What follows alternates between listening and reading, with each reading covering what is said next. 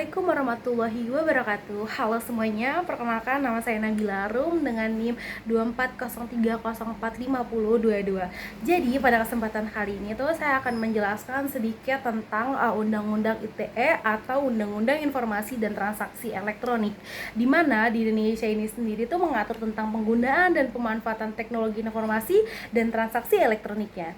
Undang-undang ini juga mencakup berbagai aspek termasuk penggunaan internet, komputer, dan perangkat elektronik lainnya, serta mengatur kegiatan yang terkait dengan penyebaran informasi dan transaksi digital itu sendiri.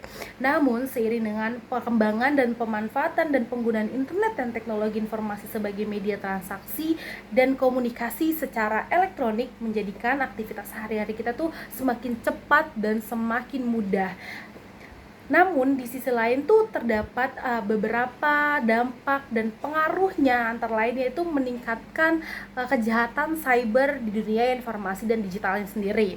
Keamanan dan informasi dan transaksi elektronik itu beradu dalam berbagai persoalan. Hal ini itu sesuai dengan penjelasan umum Undang-Undang Informasi dan Transaksi Elektronik atau UU ITE bahwa pemanfaatan teknologi informasi, media, dan komunikasi mengubah baik perilaku masyarakat maupun peradaban manusia secara global. Perkembangan teknologi informasi dan digitalisasi juga menyebabkan hubungan di dunia ini tanpa batas atau borderless dan menyebabkan perubahan sosial, ekonomi, dan budaya yang secara signifikan tuh berlangsung dengan sangat cepat. Pemerintah di Indonesia sendiri juga pada tanggal 21 April tahun 2008 telah menetapkan Undang-Undang Nomor 11 tahun 2008 itu sendiri tentang informasi dan transaksi elektronik sebagaimana telah diubah menjadi Undang-Undang Nomor 19 tahun 2016 tentang perubahan atas Undang-Undang Nomor 11 tahun 2008 tentang informasi dan transaksi elektronik atau Undang-Undang ITE. Yang itu memiliki yurisdiksi berlaku bagi setiap orang yang melakukan perbuatan hukum sebagaimana diatur dalam Undang-Undang ITE itu sendiri, baik berada dalam Indonesia yang memiliki akibat hukum dari perbuatannya maupun dari wilayah hukum maupun dari wilayah luar hukum Indonesia yang merugikan kepentingan negara Indonesia sendiri. Jadi dengan adanya itu semua, dengan adanya Undang-Undang ITE ini memiliki tujuannya, yaitu Undang-Undang ITE ini bertujuan untuk yang pertama melindungi masyarakat dari penyalahgunaan teknologi informasi, yang kedua menjamin kepastian hukum dalam transaksi elektronik, yang ketiga mencegah dan menindak kejahatan dunia maya seperti penipuan, pencemaran nama baik, dan penyebaran informasi negatif. Dalam Undang-Undang ITE itu sendiri terdapat berbagai banyak pasal dan ayat. Di dalamnya ada beberapa juga pasal dan ayat yang menuai kontroversi dalam Undang-Undang Informasi dan Transaksi Elektronik, yaitu adalah pasal 27 ayat 3 tentang penghinaan dan atau pencemaran nama baik, serta pasal 28 ayat 2 tentang penyebaran rasa kebencian atau permusuhan berdasarkan suku, agama, ras, dan antar golongan ataupun sara. Di kedua pasal tersebut kita akan membahasnya lebih dalam mengenai dua pasal yang kontroversi di kalangan masyarakat.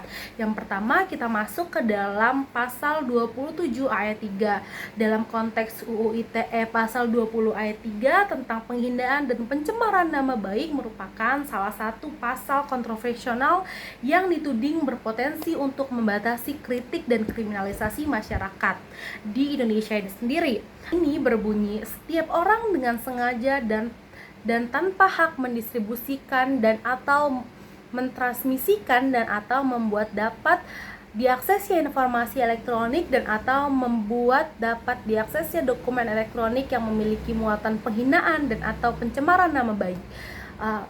Pernyataan ini tuh ditulis dalam pasal ini dianggap membekukan kreativitas dan kebebasan berekspresi jurnalis dan masyarakat di Indonesia.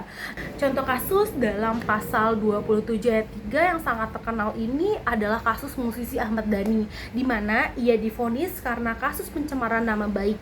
Ia diduga melanggar Undang-Undang ITE melalui ujaran idiot saat berencana untuk menghadiri deklarasi #2019 ganti presiden. Selain itu, pasal ini juga dapat digunakan untuk mempidanakan masyarakat.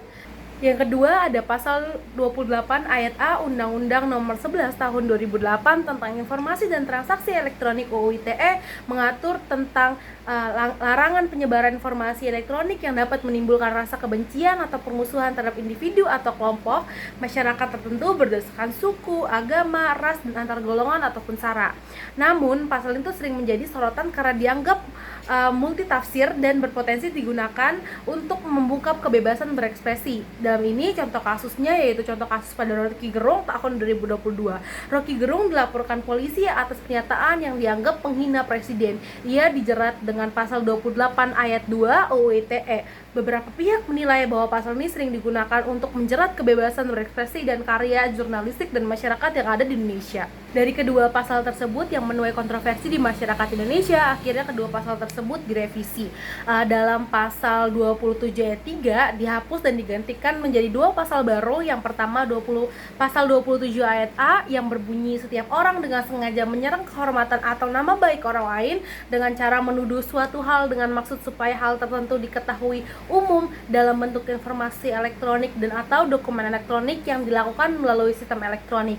Perbuatan ini tuh merupakan tindak pidana aduan yang berarti dapat dituntut atas pengaduan korban atau orang lain yang terkena tindak pidana. Selain itu, perbuatan ini juga tidak dapat dipidanakan jika dilakukan untuk kepentingan umum atau karena terpaksa membela diri. Ancaman pidana untuk pelanggaran pasal 27A adalah pidana penjara paling lama 2 tahun dan atau denda paling banyak sebanyak 400 juta rupiah. Revisian yang kedua dalam pasal 27 ayat 3 menjadi pasal 27 B, yaitu setiap orang dengan sengaja dan tanpa hak mendistribusikan dan atau mentransmisikan informasi elektronik dan atau dokumen elektronik dengan maksud untuk menguntungkan diri sendiri atau orang lain secara melawan hukum dan memaksa orang lain dengan ancaman kekerasan untuk memberikan suatu barang yang sebagian atau seluruh milik orang tersebut atau milik orang lain atau memberikan utang, membuat pengakuan utang atau menghapus piutang. Ancaman pidana untuk pasal ini adalah penjara paling lama 6 tahun dan atau denda paling banyak sebanyak 1 miliar. Kedua adalah dalam pasal 28 ayat A Undang-Undang ITE direvisi menjadi dalam pasal tersebut berbunyi setiap orang dengan sengaja dan tanpa hak mendistribusikan dan atau mentransmisikan informasi elektronik dan atau dokumen elektronik yang sifatnya menghasut, mengajak atau mempengaruhi orang lain sehingga menimbulkan rasa kebencian atau permusuhan terhadap individu dan atau kelompok masyarakat tertentu berdasarkan ras, kebangsaan, etnis, warna kulit, agama, kepercayaan, jenis kelamin, disabilitas mental atau disabilitas fisik. Rumusan berdasarkan atas suku, agama, ras, dan antar golongan ataupun sara telah diubah menjadi berdasarkan ras, kebangsaan, etnis, warna kulit, agama, kepercayaan, jenis kelamin, disabilitas mental atau disabilitas fisik, yang ditunjukkan secara jelas menghapus ketidakjelasan unsur antar golongan. Di sini terlihat jelas bahwa terdapat perubahan yang sangat signifikan, yaitu adanya perubusan unsur yang lebih jelas terkait dengan kelompok yang dilindungi oleh pasal ini. Jika membandingkan rumus pasal sebelumnya dan setelah diubah, jelas bahwa perubahan pasal dalam Undang-Undang ITE terbaru meringankan bagi terdakwa karena ada kejelasan terkait syarat itu sendiri. Selain kedua pasal tersebut, pasal-pasal penting dalam Undang-Undang ITE yang sering digunakan dalam penuntutan diantaranya adalah pasal 27 ayat 1 yang berbunyi melanggar penyebaran informasi elektronik yang memiliki muatan dan yang melanggar kesusilaan. Pasal 27 ayat 2 yaitu melanggar distribusi dan atau mentransmisi informasi elektronik yang berisi perjudian. Pasal 27 ayat 3 yaitu melarang distribusi dan atau transmisi informasi elektronik yang memiliki muatan penghinaan atau pencemaran nama baik. Pasal 27 ayat 4 melarang distribusi dan atau transmisi informasi elektronik yang memiliki muatan pemerasan atau pengancaman. Pasal 28 ayat 1 yaitu melarang penyebaran berita bohong dan menyesatkan mengakibatkan kerugian dan konsumen transaksi elektronik. Pasal 28 ayat 1 yaitu melarang penyebaran informasi yang memiliki atau menimbulkan kebencian atau permusuhan individu atau kelompok masyarakat tertentu berdasarkan saranya. Pasal 29 yaitu melarang mengirim informasi elektronik yang berisi ancaman kekerasan atau menakut-nakuti seseorang secara pribadi. Pasal 45 ayat 1 yaitu menetapkan sanksi pidana bagi pelaku penyebaran berita bohong dan menyesatkan yang mengakibatkan kerugian konsumen berdasarkan transaksi elektroniknya. Pasal 245B yaitu menetapkan sanksi pidana bagi pelaku penyebaran informasi yang menimbulkan kebencian, permusuhan berdasarkan saranya itu sendiri. Untuk menghindari jeratan hukum terhadap Undang-Undang ITE, penting bagi kita atau penting bagi masyarakat Indonesia untuk memahami dan menerapkan etika dalam bersosial media. Yang pertama adalah hindari penyebaran hoaks dan informasi yang menyesatkan. Jangan mudah percaya dan menyebarkan informasi tanpa jelas kebenarannya atau verifikasi informasi itu dulu sebelum menyebarkan berita-berita tersebut. Yang kedua, menggunakan bahasa yang sopan dan tidak mengandung ujaran kebencian. Yang ketiga, hormati privasi dan hak cipta orang lain. Jangan memberikan informasi atau membagikan informasi orang lain tanpa izin dari orang tersebut. Yang keempat, kita harus bijak dalam membagikan ataupun membuat konten.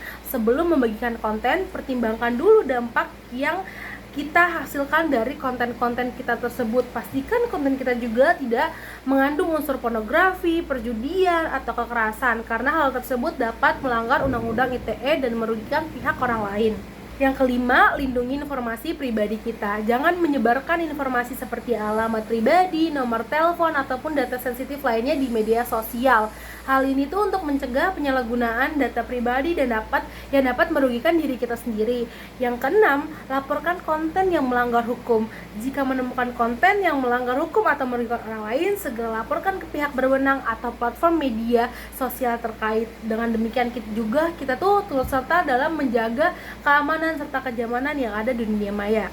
Hanya itu yang bisa saya sampaikan mengenai Undang-Undang Informasi